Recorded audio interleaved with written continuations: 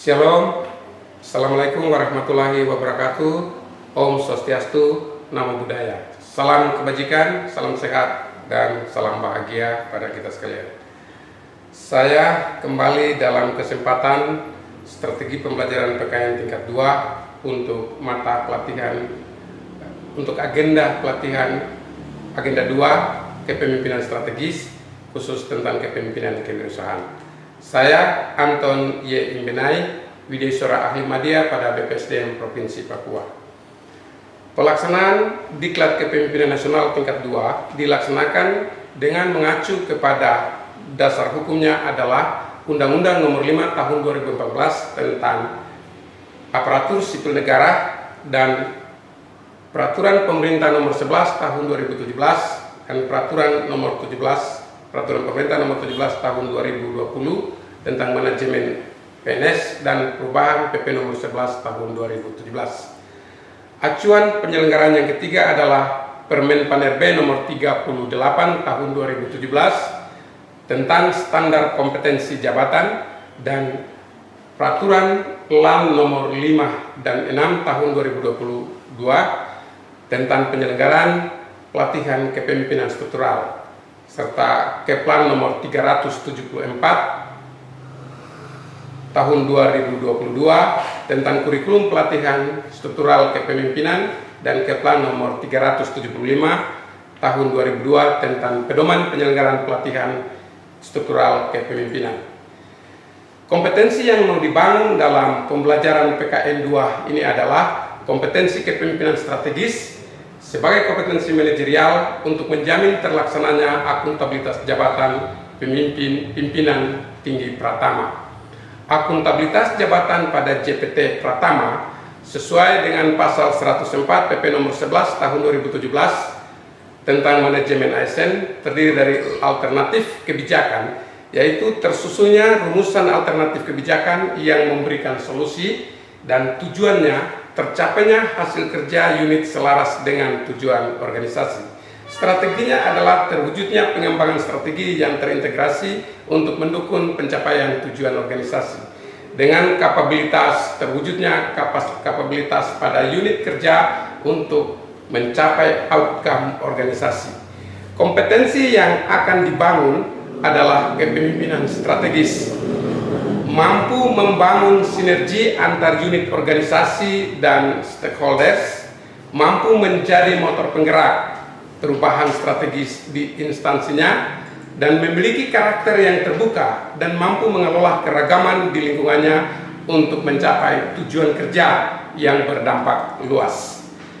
Kelompok mata pelatihan PKN 2 terdiri dari kelompok mata pelatihan inti yang adalah agenda mengelola diri, agenda kepemimpinan strategis, agenda manajemen strategis, dan agenda aktualisasi kepemimpinan strategis.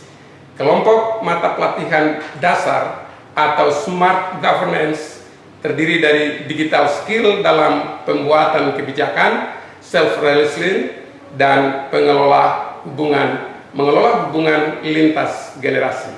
Dan kelompok yang ketiga adalah kelompok mata pelatihan pilihan, yaitu adalah 1. Manajemen pemerintahan, anti korupsi atau KPK, barang jasa atau LKPP, Undang-Undang Cipta Kerja, HAM, pemeriksaan keuangan, anti narkoba, perencanaan pembangunan nasional, pertumbuhan ekonomi hijau, mata pelatihan lain yang relevan dengan tema yang dibahas. Pelaksanaan PKN 2 sendiri terdiri dari beberapa tahap pembelajaran. Tahap yang pertama adalah pembelajaran klasikal tahap 1. Terdiri dari 123 jam pembelajaran, dan 123 jam pembelajaran ini kemudian di breakdown ke dalam 114 jam pembelajaran klasikal dan 9 jam pembelajaran secara e-learning mandiri, sehingga setara dengan 13 hari pelatihan. Agenda berikut adalah pembangunan komitmen bersama yang terdiri dari 126 jam pembelajaran atau setara dengan 14 hari pelatihan, dan pembelajaran klasikal tahap kedua terdiri dari 88 jam pembelajaran yang setara dengan 10 hari pelatihan, dan tahap keempat adalah aktualisasi kepemimpinan strategis yang terdiri dari 540 jam pelajaran atau setara dengan 60 hari pelatihan, dan agenda terakhir adalah pembekalan pembelajaran klasikal tahap 3 yang terdiri dari 31 jam pembelajaran atau setara dengan 4 hari pelatihan, sehingga kelima tahap pembelajaran pada pelaksanaan PKN 2 secara total terdiri dari 908 jam pembelajaran atau setara dengan 101 hari pelatihan. Output dari pelaksanaan PKN 2 yang diharapkan adalah: pertama, dalam tahap pembelajaran klasikal tahap pertama, pembukaan dan orientasi program, pembelajaran agenda 1 sampai 4, pemetaan sikap perilaku kepemimpinan dan strategi pengembangan potensi diri, dan pada tahap kedua, pembangunan komitmen bersama, identifikasi masalah atau tantangan dan membangun komitmen bersama. Pada tahap pembelajaran klasikal tahap 2, laporan visitasi kepemimpinan nasional, individu dan kelompok, lalu evaluasi akademik atau rancangan proyek perubahan. Pada tahap yang keempat, dalam agenda aktualisasi kepemimpinan strategis adalah masa pelaksanaan proyek perubahan, monitoring dan coaching pelaksanaan pengembangan potensi diri. Dan pada agenda atau tahap yang terakhir adalah pembelajaran klasikal tahap ketiga adalah seminar proyek perubahan. Ini adalah laporan pengembangan potensi diri. Agenda pada kelompok mata pelatihan inti terdiri dari agenda 1, mengelola diri. Agenda mengelola diri membekali peserta untuk dapat memahami dan merasakan serta mengidentifikasi isu-isu yang berkaitan dengan mengelola diri. Sedangkan pada agenda kedua atau kepemimpinan strategis, pada agenda ini peserta membekali diri bagaimana seorang pemimpin strategis mempraktekkan kepemimpinan strategis melalui penerapan organisasi yang adaptif dan kepemimpinan kewirausahaan dalam membangun organisasi pembelajaran dengan mengoptimalkan teknologi digital yang ada. Pada agenda ketiga atau agenda manajemen strategis, membekali peserta dengan kemampuan menerapkan manajemen strategis melalui analisis atau diagnosa dan solusi penerapan kemampuan pemasaran, serta mempraktekkan marketing sektor publik kepemimpinan kewirausahaan. Pada agenda yang terakhir atau agenda keempat adalah agenda aktualisasi kepemimpinan, membekali peserta dengan kemampuan mengaktualisasikan kapasitas kepemimpinan strategis melalui pengalaman baik dalam proyek perubahan. Mata pelatihan pada agenda kepemimpinan strategis ada 3. Yang pertama adalah kepemimpinan digital, yang kedua kepemimpinan kewirausahaan, dan yang ketiga adalah organisasi pembelajaran.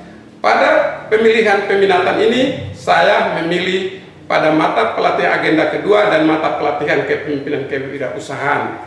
Deskripsi singkat dari kepemimpinan kewirausahaan ini adalah: mata pelatihan ini membekali peserta untuk memahami model kepemimpinan kewirausahaan yang diindikasikan dengan kemampuan untuk memanfaatkan peluang, menciptakan terobosan inovatif, memobilisasi stakeholders untuk mewujudkan tujuan organisasi yang lebih efektif dan efisien dengan mengoptimalkan sumber daya yang tersedia. Hasil belajar yang diharapkan dari pembelajaran mata pelatihan kepemimpinan kewirausahaan adalah: setelah peserta mengikuti pembelajaran mata pelatihan ini, diharapkan dapat memahami kepemimpinan kewirausahaan. Untuk mewujudkan harapan tersebut, maka materi pokok dalam materi pembelajaran kepemimpinan kewirausahaan adalah menjelaskan konsep kepemimpinan kewirausahaan dan menguraikan kompetensi kepemimpinan kewirausasahaan. Waktu pembelajaran dari mata pelatihan kewirausahaan sendiri terjadwal 6 jam, sama dengan 275 menit.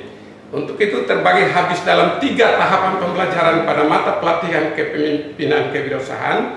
35 menit pertama adalah jam pembelajaran yang digunakan untuk memperkenalkan dan membuka pembelajaran, dan 205 menit digunakan untuk menjelaskan dua pokok pembahasan di dalam pembelajaran mata pelatihan kewirausahaan, dan 30 menit merupakan sesi terakhir yang digunakan untuk memberi evaluasi supaya kita mendapatkan feedback tentang apa yang kita sampaikan telah dipahami oleh peserta atau tidak.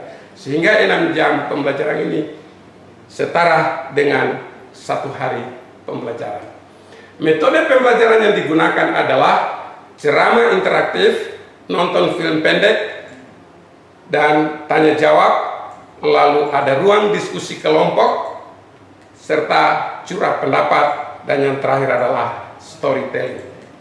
Strategi pembelajaran pada mata pelatihan kepemimpinan kewirausahaan adalah: pertama, menjelaskan konsep kepemimpinan kewirausahaan yang menggunakan waktu 205 menit dengan metode storytelling, ceramah interaktif, curah pendapat, dan tanya jawab. Dalam praktek kepemimpinan kewirausahaan pada pokok materi yang kedua, yaitu praktek kepemimpinan kewirausahaan, mengorganisir kepemimpinan kewirausahaan, menghabiskan waktu 100 menit dengan metode ceramah interaktif, studi kasus, atau menonton film pendek melalui film pendek dan tanya jawab. Pada akhirnya 30 menit tersisa dari durasi waktu yang terjadwal akan digunakan buat mereview kembali secara keseluruhan materi serta melakukan tanya jawab sebagai evaluasi pretest untuk membangun penyamaan persepsi tentang apa yang telah disampaikan dapat dipahami oleh peserta atau tidak. Demikian penjelasan saya pada kesempatan ini. Mengakhiri jumpa saya menyampaikan Shalom, wassalamualaikum warahmatullahi wabarakatuh. Om Santi Santi Santi Om, Syadu Syadu Syadu. Salam kebajikan, salam sehat, salam bahagia bagi kita sekalian.